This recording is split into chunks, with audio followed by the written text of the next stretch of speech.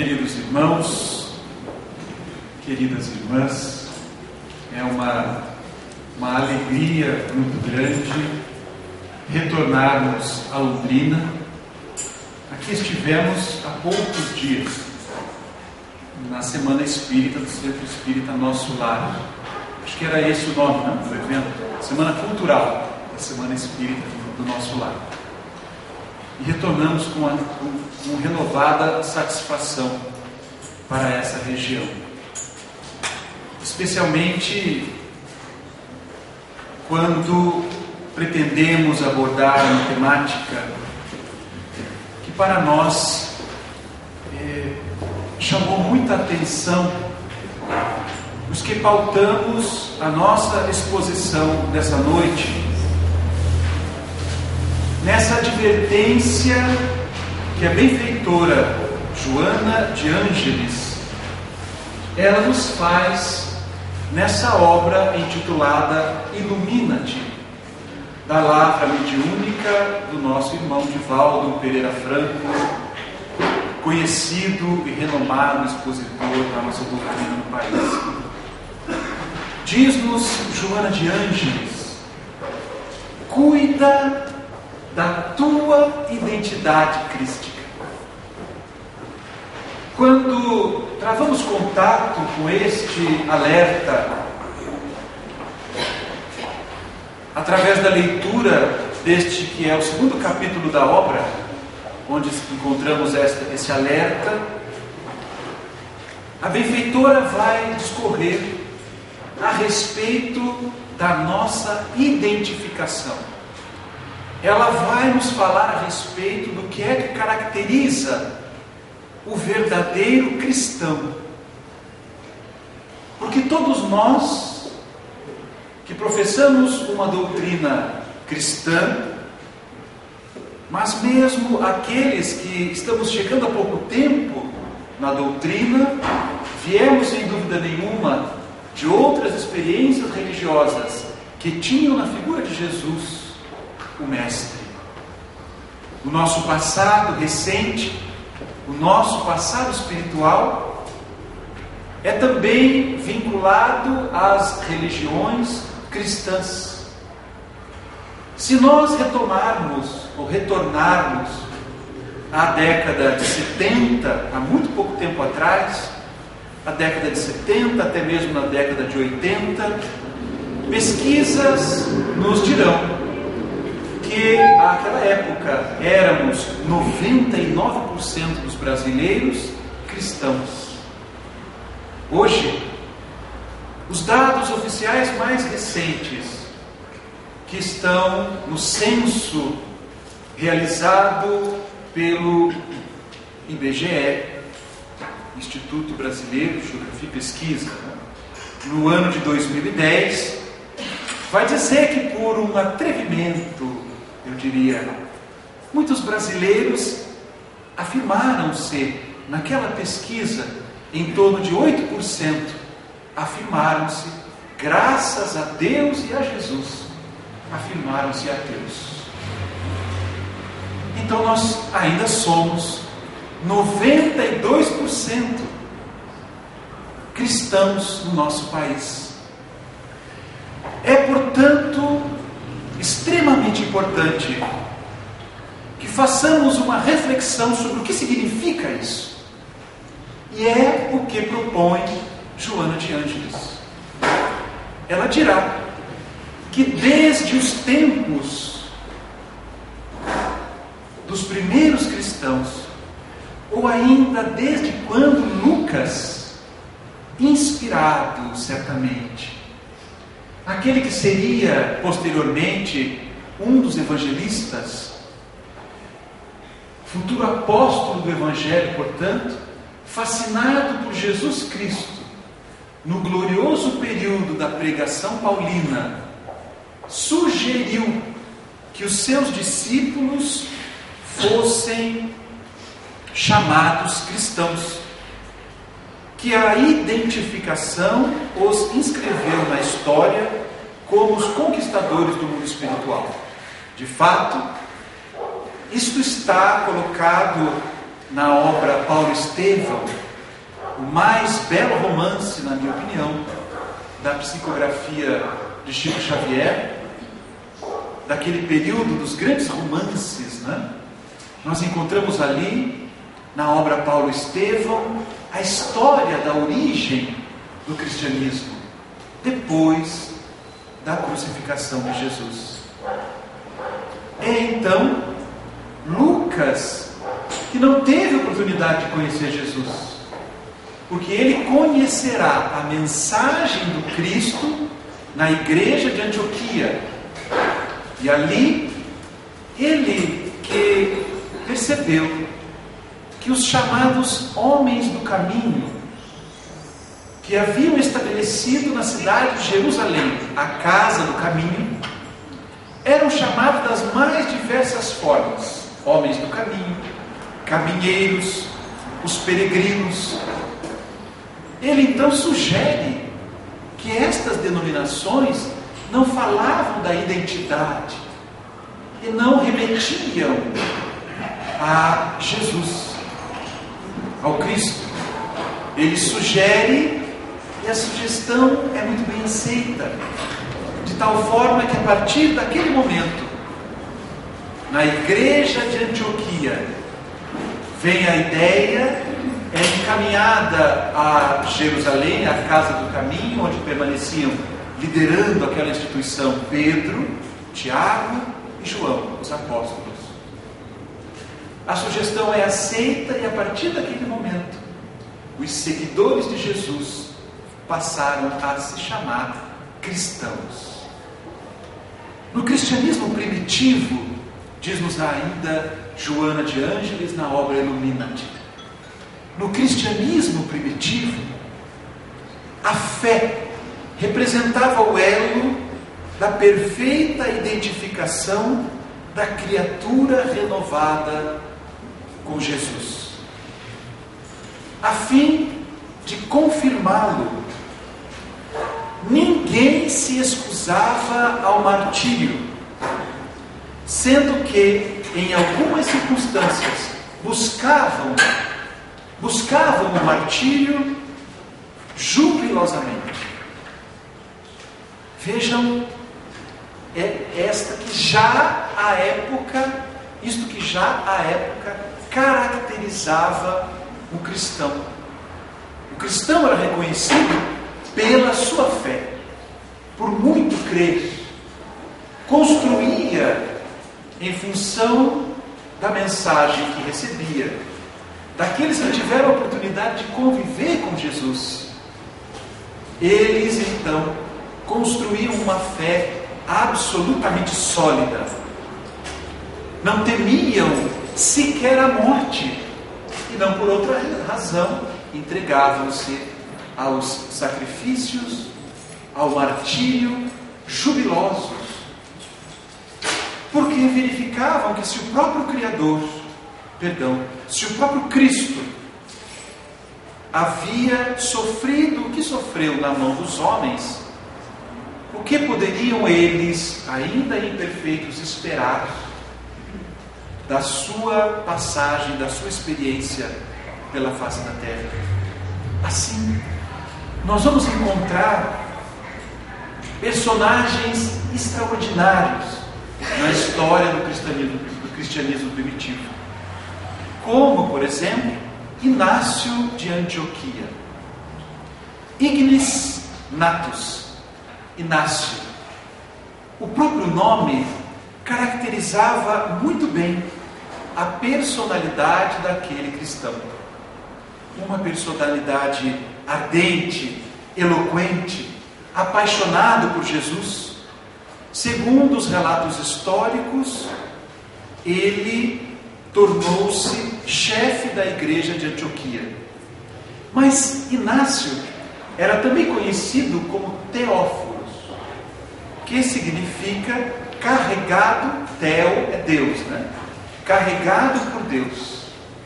Isto porque Inácio, segundo narram as tradições cristãs, era uma daquelas crianças que Jesus, naquele episódio que disse assim: deixai vir a mim as criancinhas, foi Inácio uma destas crianças.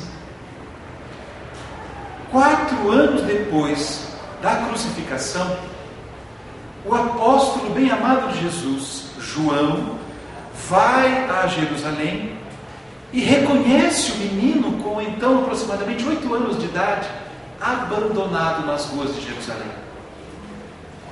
Quando ele viu a criança, ele teve uma visão, ele identificou e reviveu aquele momento em que o menino sentou-se no colo de Jesus e balançou as perninhas.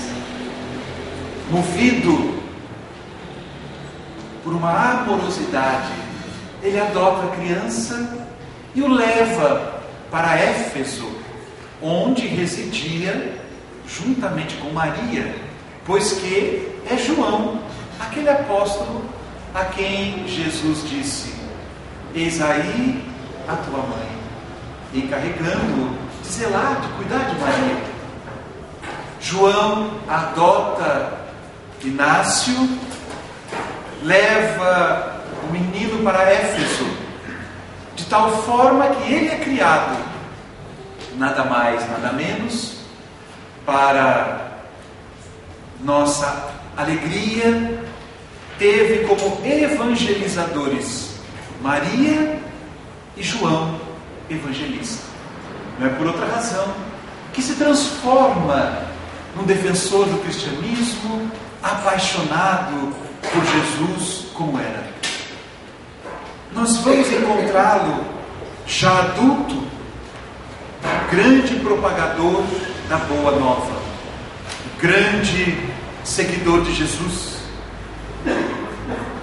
Feito prisioneiro, ele é condenado à morte no circo romano, mas teria que empreender, como fará posteriormente Paulo, aquela viagem que se faz de Antioquia a Roma. E como as distâncias não eram percorridas como são hoje, ele estagiava de prisões em prisões. Inácio de Antioquia teve a oportunidade, nesta peregrinação, de escrever também as suas epístolas. E numa delas, temendo que amigos que tinham influência sobre os romanos pudessem impedir o seu martírio, ele registra na sua epístola aos Romanos, no capítulo 4, nos versículos 1 a 3, ele diz assim: eu vos suplico, não mostreis comigo caridade inoportuna, permiti-me ser pasto para as feras, por meio das quais me é concedido alcançar a Deus. Sou, diz ele, trigo de Deus, e serei moído pelas feras, para que me apresente como trigo puro do Cristo, na vida verdadeira que é a vida do reino dos céus. Na introdução, muito mais tarde, da obra Trigo de Deus, de Amélia Rodrigues, nós encontraremos esta epístola e a história deste cristão, que era, como dissemos, um exemplo, e que bem caracterizava, bem falava da identidade dos primeiros cristãos. Quando, alguns dias depois, ele chega em Roma, e naquela caminhada na Via Ápia em direção à grande cidade, amarrado que estava a outros cristãos condenados como ele vislumbra a cidade e começa a sorrir. Aquele homem alquebrado sorria a ponto de comover-se, chegando até mesmo às lágrimas. Um dos legionários, infeliz e colérico, ele o questiona: mas tu vais morrer. Por que sorris? És condenado e vais morrer, por quê? E ele então diz assim: sorrio diante de tanta beleza que os meus olhos descortinam. Sorrio porque chego a Roma e vejo uma cidade imponente, o casario de mármore branco, as estátuas que rutilam ao céu, as águas prateadas do Tibre que circundam as montanhas. Ele viu tanta beleza na cidade de Roma que ele passou a chorar e sorrir. E o legionário, não entendendo, mas por quê? E ele então responde: eu sorrio de felicidade, porque se para vós, que sois perseguidores cruéis, se para vós que conquistaram o mundo pela violência, dominadores, se para vós que são tão imperfeitos, Deus concedeu uma cidade tão bela, o que não terá reservado para nós, cristãos, que fomos a vida toda fiéis à sua mensagem, aos seus ensinamentos, após a nossa desencarnação? Vejamos que ele estava se encaminhando para o local do martírio e ainda trazia acesa a chama da fé. Quiséramos, todos nós, não é mesmo, meus irmãos? Trazemos na intimidade essa certeza. E isso certamente nos afastaria qualquer expressão do medo ante o desconhecido que nos aguarda, temporariamente desconhecido, que nos aguarda após o término da nossa jornada aqui na Terra. Mas também, diz-nos Joana de Ângeles, que a coroa do holocausto constituía honra não merecida, graças à qual não havia recusa à fidelidade, nem recuo na direção da apostasia, que significa a renúncia da crença, né? A negação da sua fé, o abandono da sua fé. Então, Joana diz que estes primeiros cristãos, em hipótese nenhuma, recuavam em direção à apostasia, à negação de Jesus. O martírio era por eles recebido com hinos de louvor e de júbilos.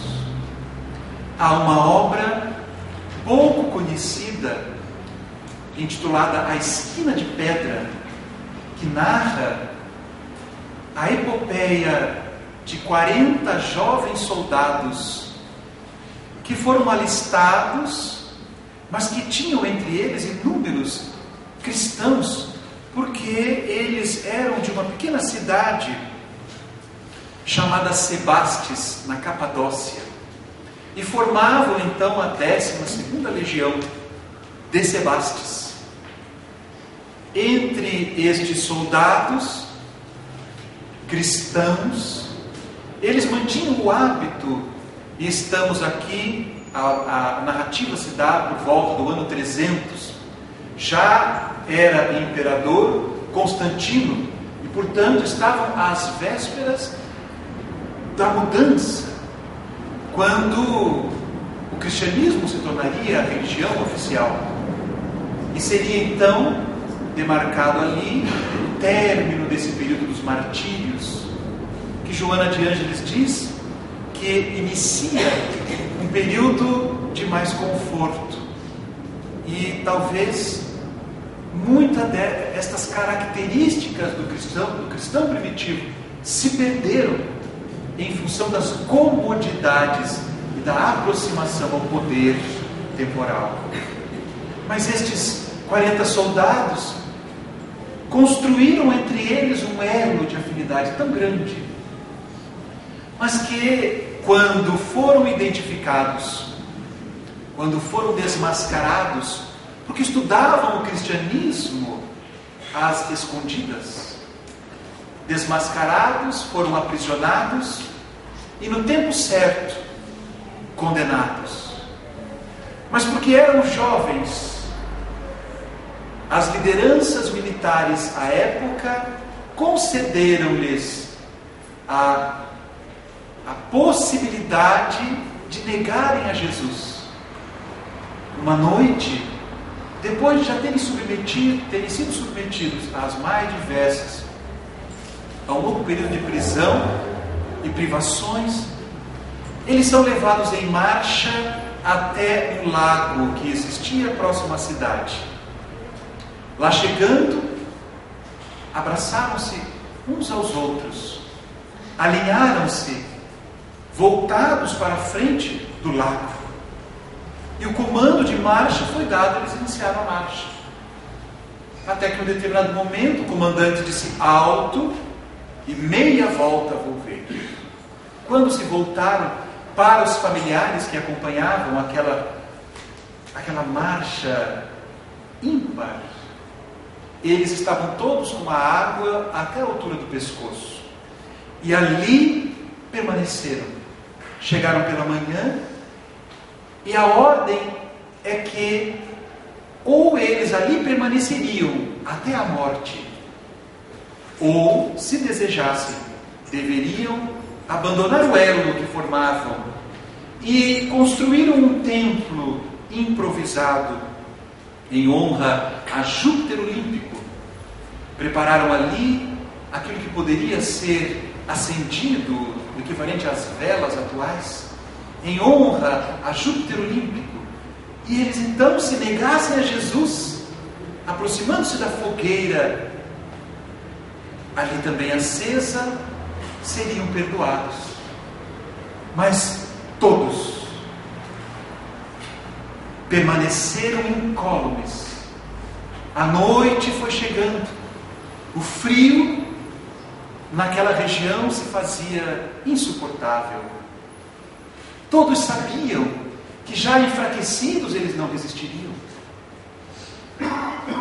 A história é um romance maravilhoso e narra ainda que havia entre um soldado romano e uma cristã de 16 anos de idade, que narra a história chamada Gala. Essa jovem apaixonara-se pelo soldado romano, mas ela era cristã e ele não podia entender o cristianismo. Com o tempo, com o convívio, com o afeto, ele se aproxima e vai se permitindo ouvir. O que é que tanto encantava aqueles jovens na mensagem do Cristo? Ele também está presente naquele dia, no alto de uma montaria, é um soldado. Não podia revelar tudo o que sabia, pois que amava aquela cristã. Um dos que formavam o elo dos 40 jovens desesperou-se. Aproximou-se da margem do rio, abandonando a corrente. E quando ele vê aquilo, todos ficam entristecidos, porque havia um sonho que dizia que se aquela corrente se quebrasse, o cristianismo naquela região pereceria. Ele então abandona a montaria e toma o lugar daquele que enfraqueceu ante tanta crueldade, e ali permanece. O tempo vai passando, um após o outro, levados pelo frio insuportável, vão perdendo a vida.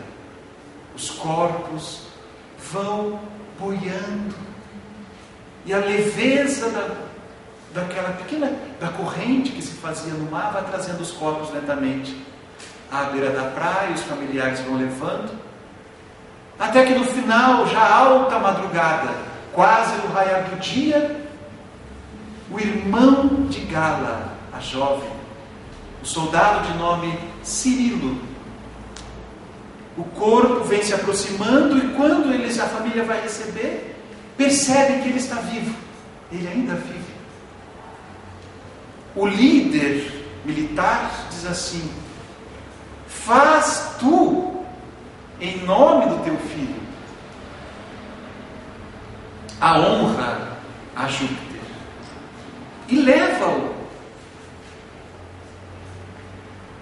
Mas ela disse não. Conscientemente ele não fez. Eu não farei isso por ele.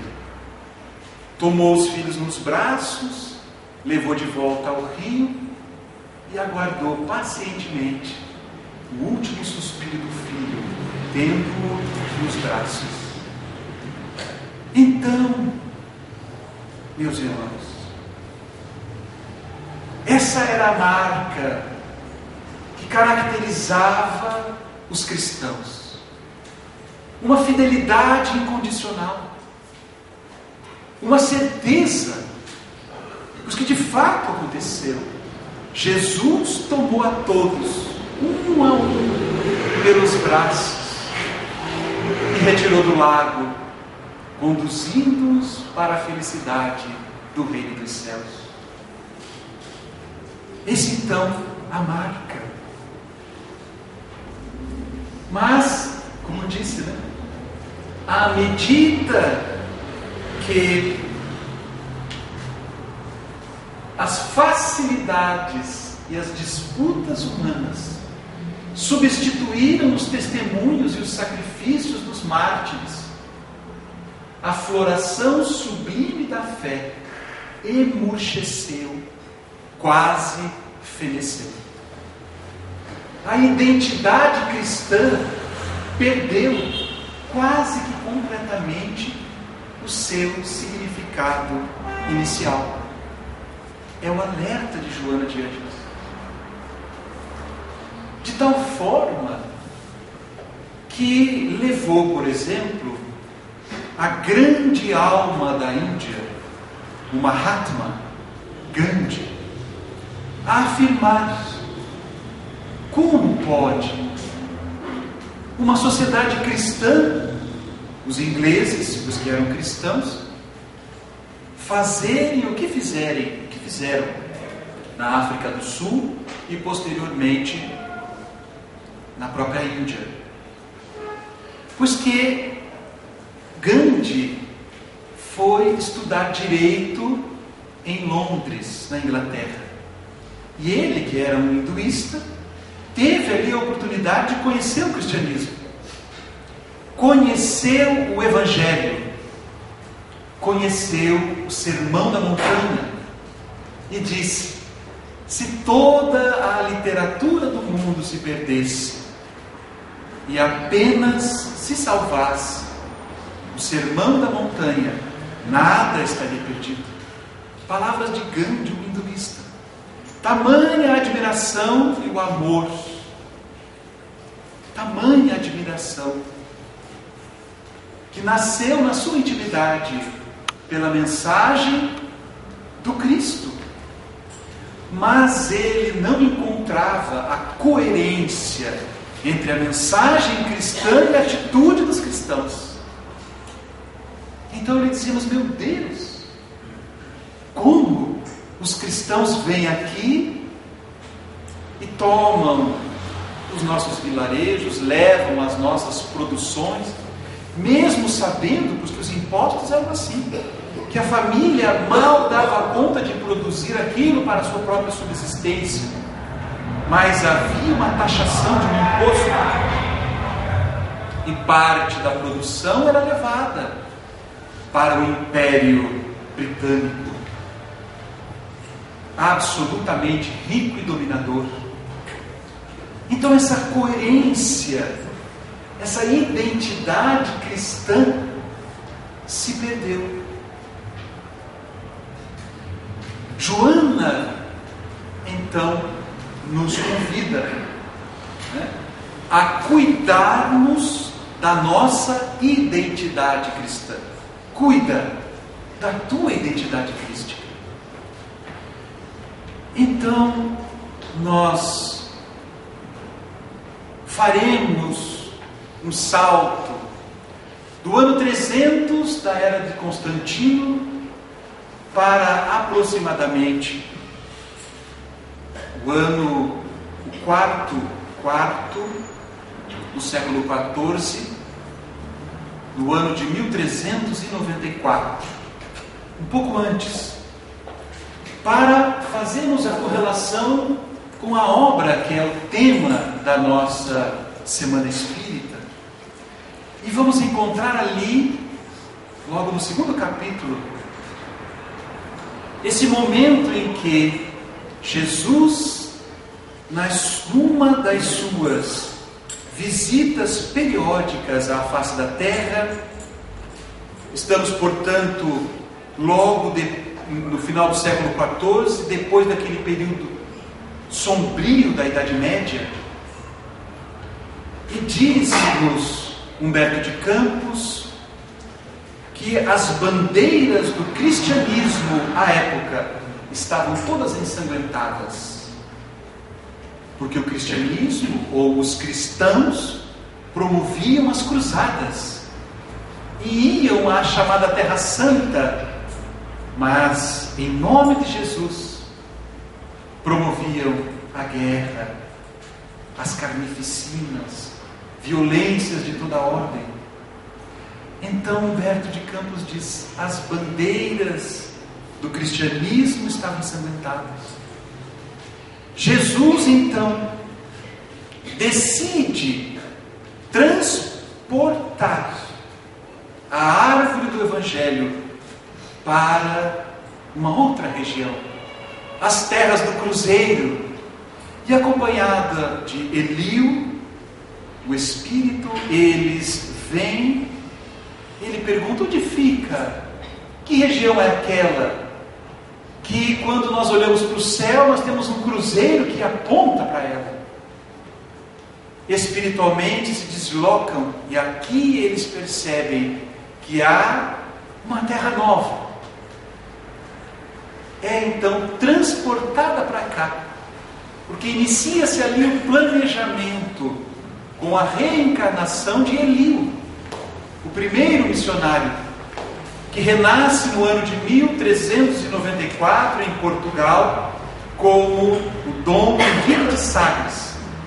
Nasce com a missão de criar a principal escola de navegação da época e conduzir o início destas grandes jornadas de navegação em direção às Índias para o comércio, mas que também redundaram no descobrimento do Brasil.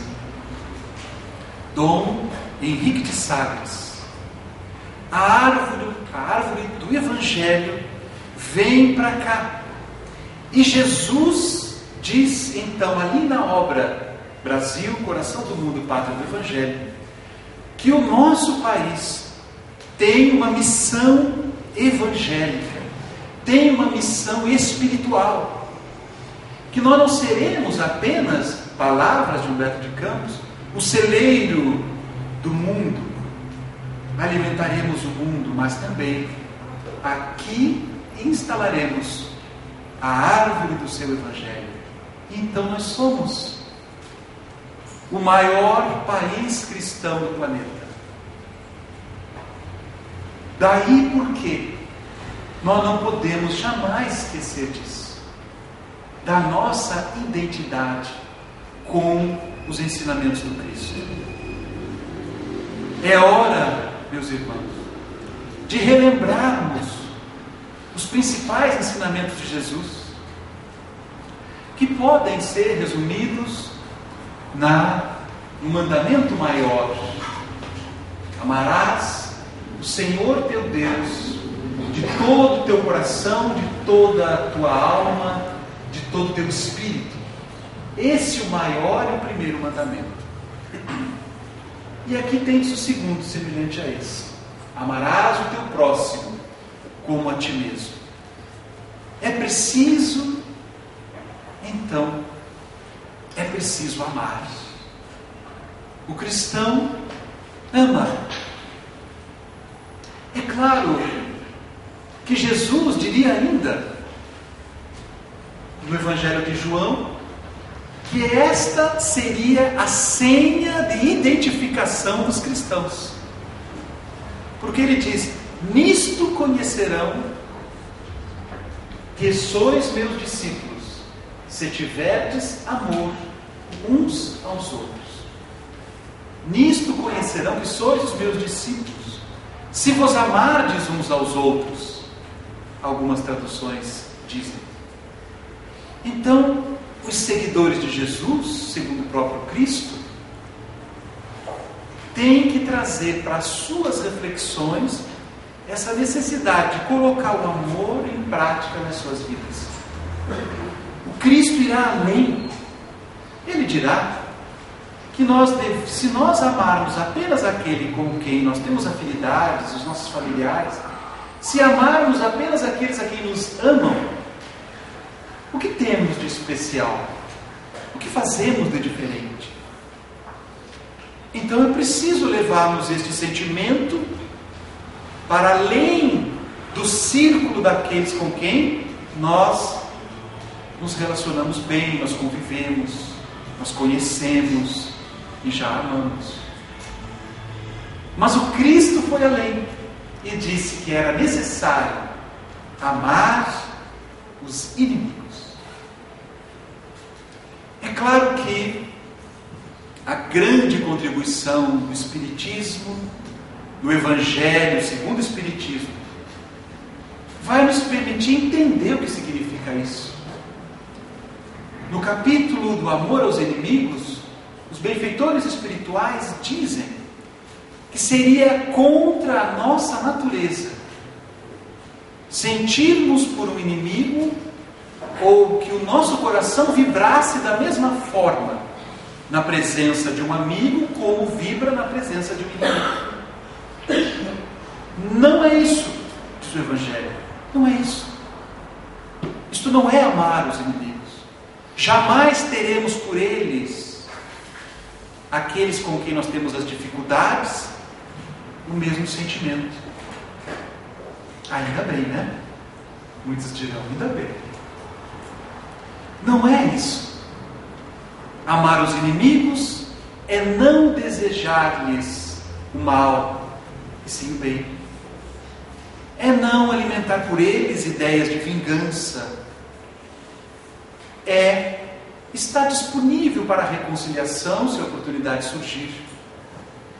É, enfim, entender que assim como eu, que ainda sou imperfeito, assim como nós que somos imperfeitos, o outro também é imperfeito. E ele tem direito de errar. E ele errou conosco. Ele nos traiu, ele nos feriu, nos prejudicou de alguma forma. Jamais o meu coração vai vibrar da mesma forma. Porque quando ele chega, a lembrança surge e a gente se incomoda. Mas como nós sabemos que existe duas formas de nos unirmos uns aos outros através dos tempos. Uma delas é o amor. Quando amamos, jamais nos separaremos daqueles por quem nutrimos o afeto. Nem mesmo a morte nos separará. A morte faz uma separação temporária. Mas quando a gente retorna ao outro lado da vida, à vida verdadeira, seremos muitas vezes recebidos por aqueles a quem se despediram da gente por um tempo e estão lá do outro lado da vida. O amor vai fazer com que renunciemos à nossa própria possibilidade de avançarmos ainda mais em favor daqueles que deixamos para trás. Qual mãe não fará isso por um filho? Quando chega do outro lado da vida, sabendo que o fruto do seu ventre está em dificuldades, ela vai ao socorro dele, onde quer que ele esteja. Isso é o amor. O amor nos unirá eternamente. Mas há também um outro sentimento, que é o amor doente, é o ódio, é o oposto. Enquanto nós nos mantivermos vinculados àqueles aos nossos inimigos, por esse sentimento doentio, nós estaremos a ele vinculados. Ninguém imagine que conseguirá alcançar as regiões de maior felicidade no plano espiritual, alimentando dentro do coração, guardando dentro do coração sentimentos de mágoa, rancor, ódio, desejo de vingança por quem quer que seja. Nós não conseguimos nem mesmo transitar aqui entre nós. Nos sentimos mal. A mágoa nos adoece. Então, é preciso orar pelo outro. Isso representará uma manifestação do amor, desse amor que o Cristo nos ensinou a viver. Então, é isso que nos caracterizará, se tivermos amor uns pelos outros. Assim, Jesus nos deixou também, e isso deveria caracterizar o cristão nos dias de hoje. Jesus nos deixou também a regra áurea. Ele diz assim: tudo quanto quereis que os homens vos façam, assim também fazei vós a eles, pois esta é a lei e os profetas. Veja que Jesus resumiu todo o período atribuído à primeira revelação, que vem personificada em Moisés, toda a lei e os profetas, o conteúdo de todo o Velho Testamento. Ele resume nessa nova visão da justiça, porque diz assim: faça ao outro apenas aquilo que você gostaria que o outro fizesse a você. Toda vez que você for fazer alguma coisa, submeta a sua ação a essa regra áurea e prossiga. Se o que você estiver fazendo for algo que você gostaria que o outro fizesse para você. Se não for, pare e reflita, porque estarás infringindo uma regra áurea, estarás infringindo uma lei cristã, um mandamento cristão que deveria nos caracterizar. Então, mais recentemente, nós encontramos esta obra da psicografia de Chico Xavier e Valdo Vieira, os capítulos ímpares escritos ou psicografados por Chico Xavier, os capítulos pares psicografados por Valdo Vieira. Aquele período extraordinário que vivemos da psicografia desses dois homens, não? No capítulo então 52, portanto, da Lavra de Valdo Vieira, a mensagem é tempo de regra áurea, e que é algo que nos permitirá alguma reflexão. Diz-nos André Luiz: faremos hoje o bem a que aspiramos receber. A regra áurea. Mas ele diz mais: alimentaremos para com os semelhantes os sentimentos que esperamos alimentem eles para conosco. Vejam que a regra áurea não se aplica apenas àquilo que nós fazemos, mas André Luiz estende, amplia a visão, dizendo: alimentaremos para com os nossos semelhantes os sentimentos que esperamos alimentem eles para conosco. A situação está ficando cada vez mais difícil, né? Para nós cristãos, porque agora eu preciso vigiar, zelar também pelos meus sentimentos. Porque o Evangelho segundo o Espiritismo nos explica que na sua origem, ou na nossa origem, o homem possui instintos. Mais avançado e corrompido, as sensações. Mais depurado, possui sentimentos. Nós temos sentimentos. Não conseguimos abandonar totalmente os instintos, as sensações que caracterizam as percepções próprias do nosso corpo físico. Então nós sentimos calor, sentimos frio, são as sensações do corpo. Mas usamos a mesma palavra para nos referirmos também aos nossos sentimentos. Então nós sentimos tristeza, sentimos medo, mas sentimos afeto, nos desiludimos, a desilusão, o sentimento. Então, o benfeitor espiritual nos fala que é preciso cuidarmos, nos fala da importância desses sentimentos. E daí, me recordo de uma definição belíssima, que há pouco tempo atrás, lendo um artigo a respeito da empatia, pudemos aprender. Na origem da palavra empatia, ela tem origem no grego e significa entrar no sentimento. Quando eu tenho empatia com o outro, eu percebo, eu procuro entender o que é que está sentindo. E dizem que a linguagem dos sentimentos é uma linguagem não verbal. Portanto, ninguém precisa dizer se está no campo dos sentimentos bem ou mal. Nós é que precisamos aprender a ler, a olhar para o outro e tentar perceber como ela está, como ele está. Dissemos que a linguagem dos sentimentos é uma linguagem não verbal. Porque, por exemplo, quando um filho da gente chega em casa, abre a porta fazendo barulho, bate a porta, entra no quarto, tranca a porta e não fala nada com ninguém, não falou nada. Não precisa falar. A gente é não verbal a linguagem. A gente sabe que ele não está bem. Mas há outras formas também de nós percebermos que o outro não está bem.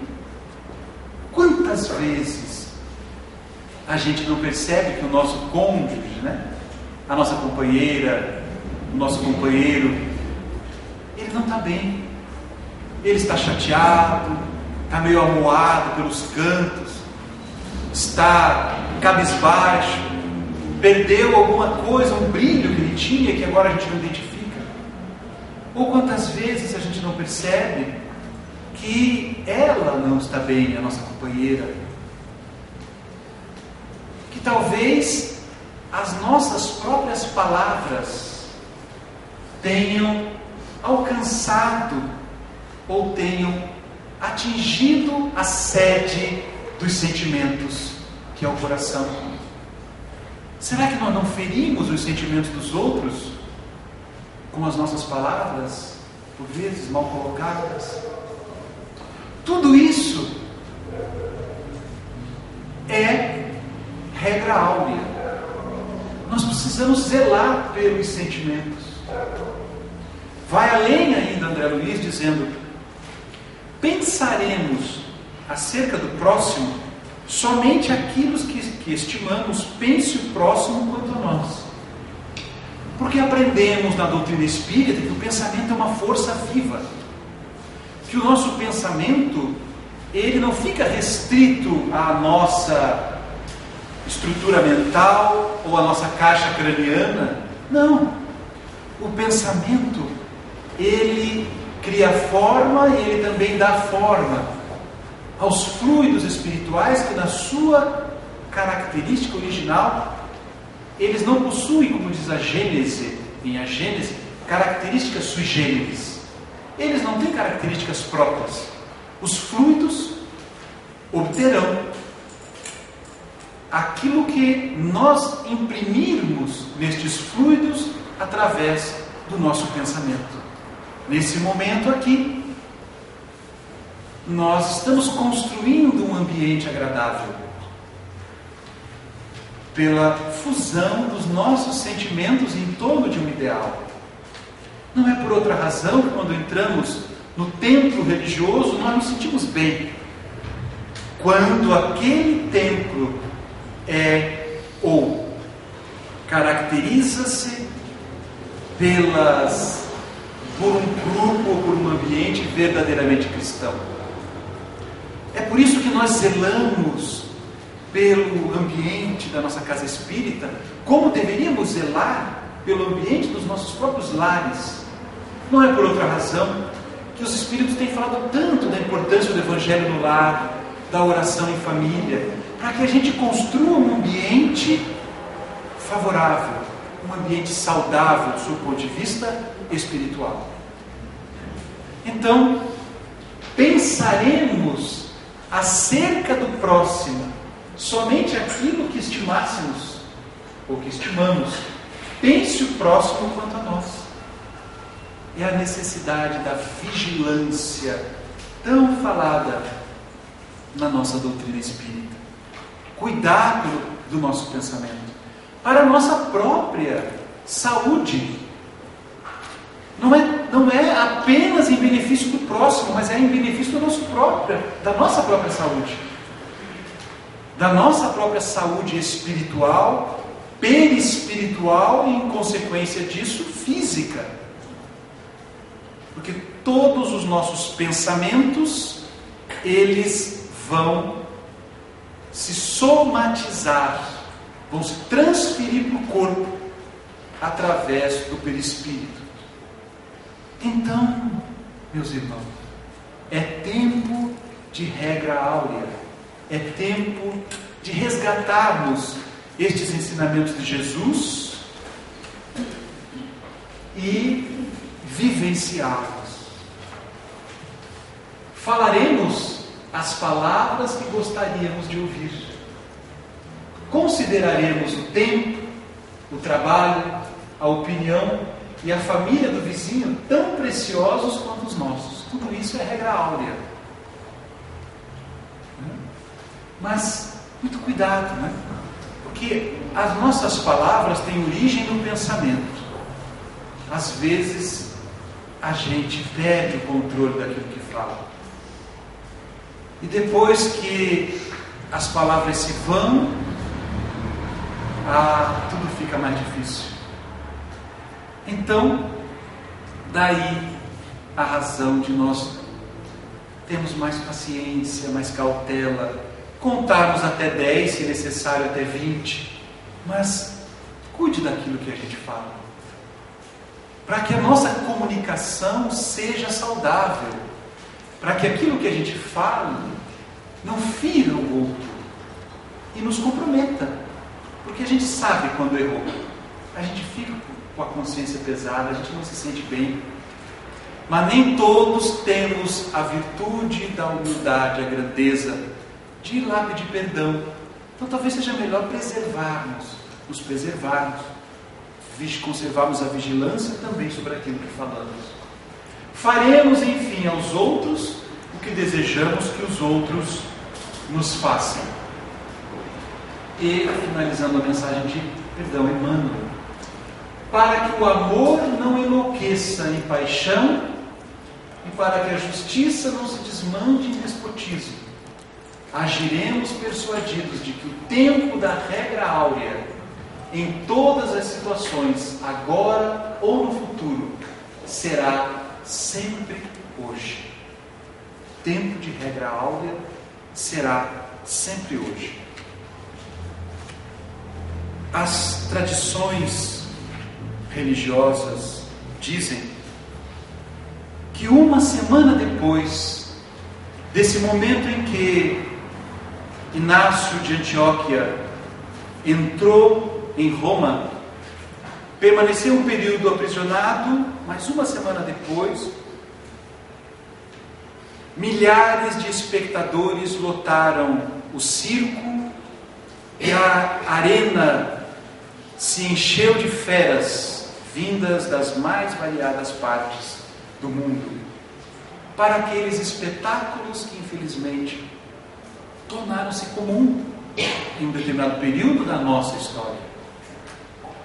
Naquela arena, os cristãos foram lançados, os animais de forma rápida despedaçaram aqueles corpos frágeis, alguns anciões, homens, mulheres, que não se intimidavam diante da morte. Contudo, de uma forma estranha, Inácio, que se encontrava entre eles, não foi sequer tocado por nenhuma das feras. Vendo que os corpos dos seus companheiros já estavam sendo rejeitados pelas feras que já estavam saciadas, ele, que havia permanecido todo o tempo de joelhos em oração, abriu os olhos. As feras já não buscavam mais ninguém. Ele então orou a Jesus e disse: por quê? Por que fui poupado? Por que não tive a honra de morrer? Então, um ser espiritual apresentou-se à sua visão mediúnica e lhe respondeu: Inácio, morrer é muito fácil. Perder o corpo numa só vez, num testemunho, é um testemunho pequeno demais para ti. Tu que amas tanto Jesus, merece algo mais. Tu viverás entre as pessoas que não te compreendem, que desconfiarão de ti. O Mestre deseja que tu vivas a sua mensagem para servir de exemplo para todos os demais. Ele então sai da arena e os próprios amigos, ou melhor, aqueles cristãos de Roma que não o conheciam muito bem, imaginaram que ele havia cometido o crime da apostasia, ou seja, que ele tivesse negado e jurado, negado Cristo. E então ele não foi recebido pelos seus próprios irmãos. Permaneceu calado, jamais se defendeu e prosseguiu vivendo exemplarmente a fim de que reconquistasse a confiança dos seus irmãos.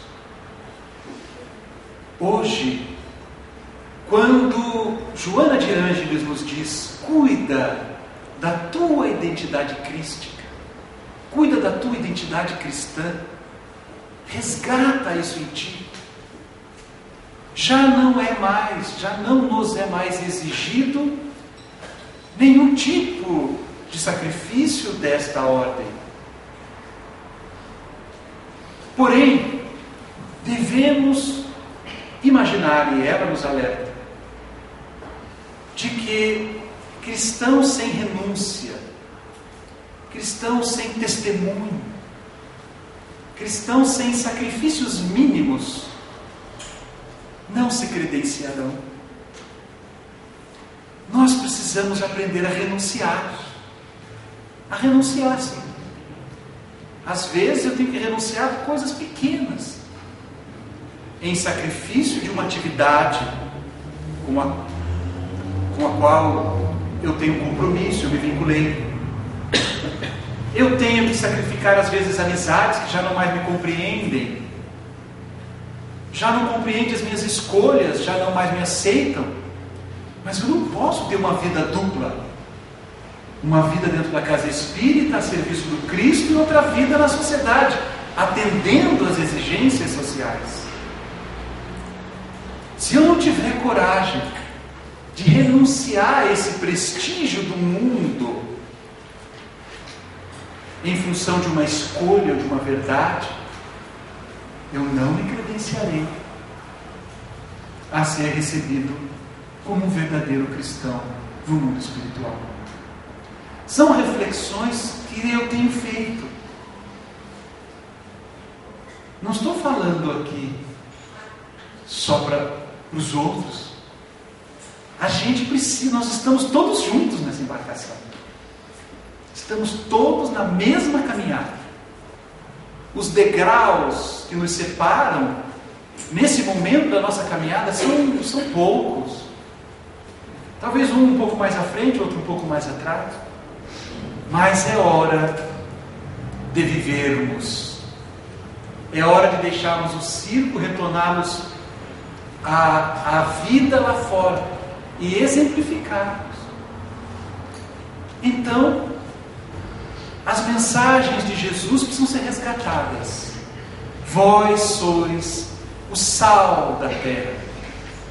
Então, onde eu estou, eu preciso trazer um tempero diferente, uma posição diferente, um ponto de vista diferente. Eu não posso mais fazer coro com os pessimistas, com aqueles que estão atacando ou falando de A, de B, com a maledicência. E eu chego numa roda de amigos, eu vejo que a conversa ali é a maledicência. Qual é o papel do cristão nessa oportunidade? Eu não preciso colocar a Bíblia embaixo do braço, ou o Evangelho segundo o Espiritismo, e sair convertendo ninguém. Talvez o papel seja apenas calar. A atitude cristã será apenas silenciar. Mas essa deverá ser a nossa atitude. Então, meus irmãos, é hora de vivermos. O alerta está sendo feito. Os Espíritos têm nos falado desse período grave pelo qual estamos passando, na transição planetária. É momento, então, de vivenciarmos a mensagem do Cristo nas nossas relações. Ora, temos brigado por tantas pequenas coisas de menor valor, sem nos entender, sem buscarmos o entendimento fraterno. Que dificuldade temos encontrado para conversar, para dialogar com o outro, respeitando o direito que o outro tem de pensar o que ele pensa. Nós temos que aprender simplesmente a nos relacionarmos. Olha, meu irmão, eu respeito muito a tua opinião, mas me permita não concordar. Eu não concordo. E não preciso brigar com ninguém. A gente prossegue. Essa é a atitude cristã. Quantas lições Jesus já nos levou. Ele disse assim: o que vinheis conversando pelo caminho? A sua visão já havia percebido que os apóstolos estavam querendo saber quem era o maior dentre eles. E ele disse assim: aquele que quiser ser o maior, seja o vosso servo, seja o vosso escravo. Eu estou entre vós como quem serve, disse Jesus. Aquele que quiser ser o maior, não se preocupe com os cargos, com as posições. Se preocupe em servir ao Cristo, em trabalhar, em dar conta da tarefa que Ele tem para desempenhar. Às vezes as posições de destaque são grandes armadilhas, ameaças. Só eu sei o quanto eu tenho orado. Na condição agora, muito recente, de presidente da Federação Espírita do Paraná. Para não me deixar imaginar que eu sou melhor que qualquer um de vocês, ou qualquer um dos outros. Porque não somos, não é o cargo. Então, meus irmãos, é hora de vivermos a mensagem de Jesus. Muita paz a todos, que Deus nos acompanhe e abençoe a todos aqueles que promoveram essa semana espírita repleta de êxitos. Muito obrigado.